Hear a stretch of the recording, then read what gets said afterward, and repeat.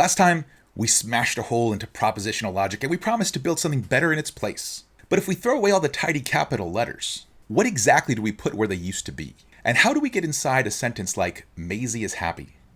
Let's consider.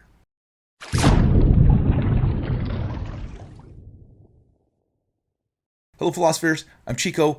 Welcome to the Philosopher Channel Introduction to Predicate Logic course. In the last section, 8.1, we determined that propositional logic is blind to the internal structure of basic propositions. And we came up with a plan. Strip out the capital letters and add symbols for the parts of the propositions. Today we cash in the first installment on that plan. We're going to take the simplest basic proposition, we're going to pop the hood, and we're going to take a look at the parts inside. By the end of this video, you'll be translating English into the first real fragment of our new language, monadic predicate logic, or MPL as we'll call it. So let's start with the simplest kind of basic proposition, Maisie is happy. How do we decide what are the logically significant parts in this basic proposition? In the book, Smith gives us a guiding principle. We only care about the parts of the proposition that make a difference to the truth or falsity of the proposition. They have an important relationship to the laws of truth. And this is what we did when we're looking at propositional logic. When we hunted for connectives, we didn't care about every little part of a compound proposition, only the ones that affected the truth value. So from this point of view,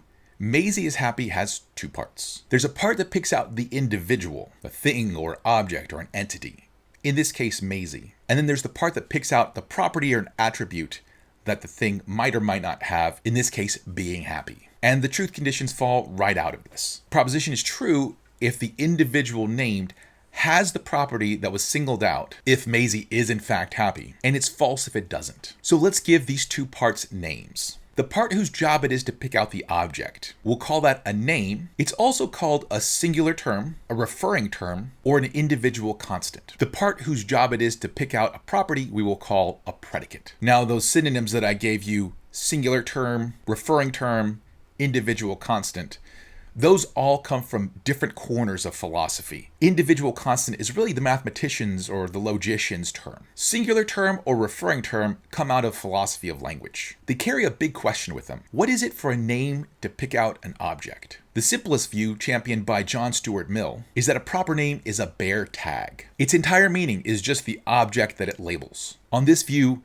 the term Maisie contributes nothing to the proposition except for Maisie herself. That's more or less the picture that MPL, monadic predicate logic, bakes into it. A name is a pure pointer at an individual. This is a genuinely contested view in philosophy. Frege and Russell both thought that names smuggle in descriptions. But for our logic, the bare tag idea is exactly what we want. And it's why we can get away with a single lowercase letter. Here's how we write these things in MPL. Names get lowercase letters, A, B, C, D. Predicates get uppercase letters, A, B, C, all the way through X, Y, Z. But notice for the names, we stop at R, S, T. We don't go any further than that. We're going to be using those specific lowercase letters for variables, and we'll see that in a future video. It is important that we note that we're not just bringing the capital letters back from propositional logic.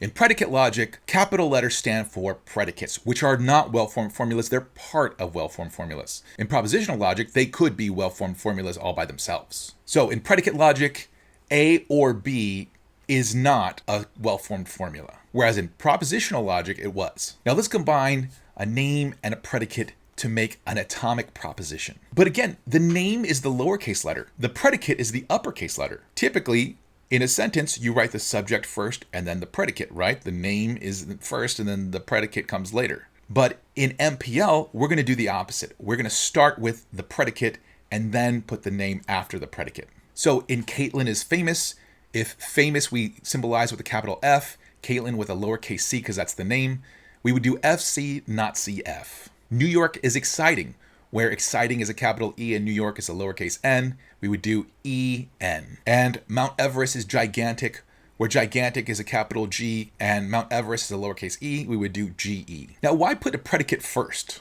It's because our notation is inherited from Frege's function and argument idea. There, the predicate was a function and the name was the thing that you feed it. In mathematics, you always write the function outside of the parentheses and then the argument goes inside the parentheses, like f of x. You know, if you had something like f of x equals x squared plus 2, and you could plug whatever you want to in for that x, f of 3 and then it would be 3 squared plus 2. So it's a way Frege had of making logic look like mathematics. Now we're going to keep the 5 connectives from PL, from propositional logic, and the same recursion still works. If alpha and beta are well-formed formulas of MPL, so are not alpha, alpha or beta, alpha and beta, if alpha then beta, alpha if and only if beta. And here are some examples. Fn and Fe, New York is famous and Mount Everest is famous. In or not HD, either New York is interesting or Doug isn't happy. If Bn, then Ge. If New York is big, then Mount Everest is gigantic. Okay, time for you guys to translate. We'll do exercise 8.2.1 together. Don't forget to pause the video before each one, make sure you try it, and then look at see what we got. This is the glossary we've been given. You might want to screenshot this or maybe just have your book open to this page. Okay, the Pacific Ocean is beautiful. B is for beautiful. P is for Pacific Ocean. BP. New York is heavily populated. V for heavily populated. N for New York. VN. Mary is nice. Not N for nice. M for Mary. We get NM. John is grumpy. G for grumpy. J for John. GJ. 7 is a prime number. P for prime number. S for 7. So we get PS. Pluto is a planet.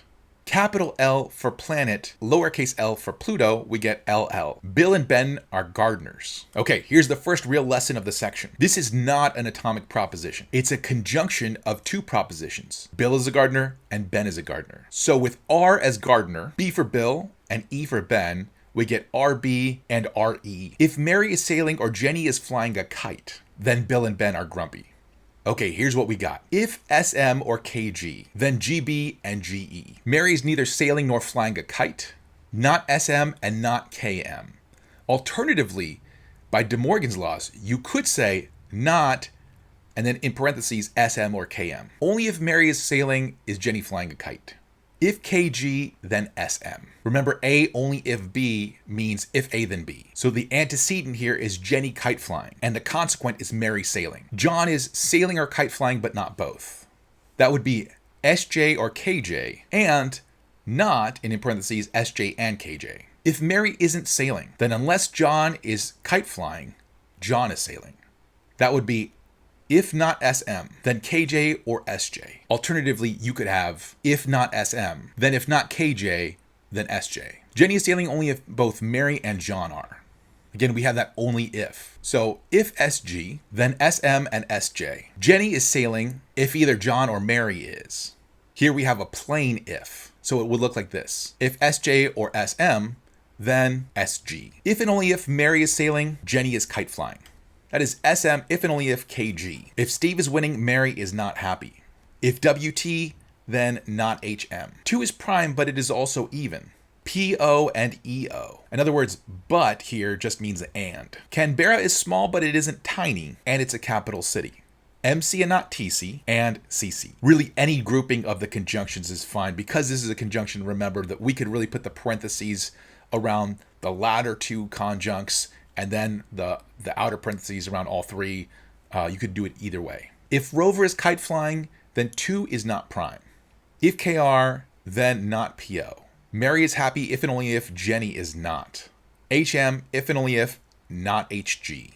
There's one more piece to this section, and it's a nice little bit of philosophy of language. Suppose Bob says, I'm hungry. Easy. He's saying of a particular individual, himself, that he has a property, namely being hungry. Atomic proposition. But now say Carol says, I am hungry. The tempting mistake here is to think that I is a name and symbolize it with a lowercase I. And then HI would mean I am hungry. But that would mean that both Bob and Carol are hungry, which can't be right because I am hungry is not making the same claim. And we know this because one can be true while the other is false. Bob can be hungry while Carol is not hungry. Claims that can differ in truth value are different propositions. The word I in here is the tricky one. It picks out Bob when Bob says it, and it picks out Carol when Carol says it. Same word, but different objects, so they need different names in MPL. We'll say that I, when Bob says it, gets an I.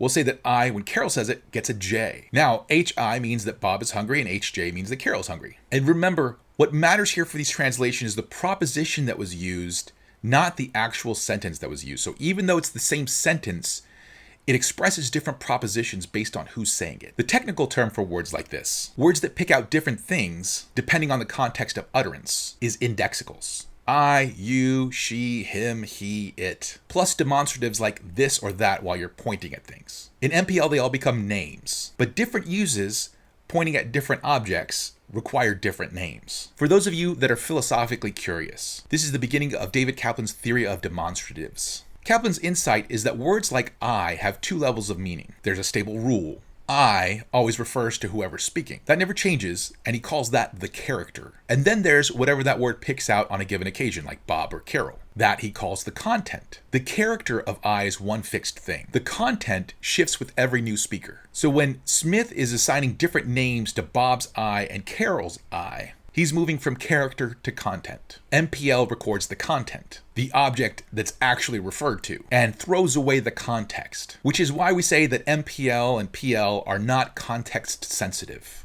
And that's a feature. Once a glossary is fixed, every token of HI expresses the same proposition. No lurking context to trip us up. And it's not only names that can be context sensitive.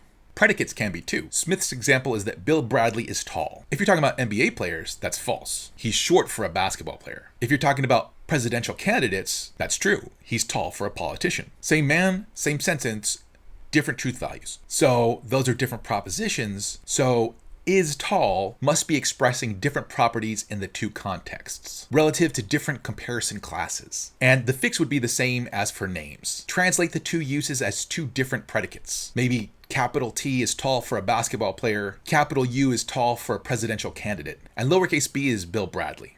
So the two claims are TB and UB. Vague comparative adjectives like this, tall, small, rich, they're the usual suspects here. And we'll look at vagueness again later on in the book. And that's it. We cracked the atomic proposition into name and predicate. We learned to write Adam's predicate first. We rebuilt all our connectives on top of them, translated a bunch of sentences, and saw how we have to pin down the meaning of I and is tall. But notice what we still can't say. Every name points to one specific object. So how would we translate something like someone is happy or everyone is happy? Claims that aren't about any particular individual at all. For that, we're going to use our variable letters, lowercase UVWXYZ, and a brand new kind of symbol. So don't forget to subscribe and hit the notification bell so you can stick around for section 8.3. Also, don't forget to like and comment, and I'll see you in 8.3. Adios.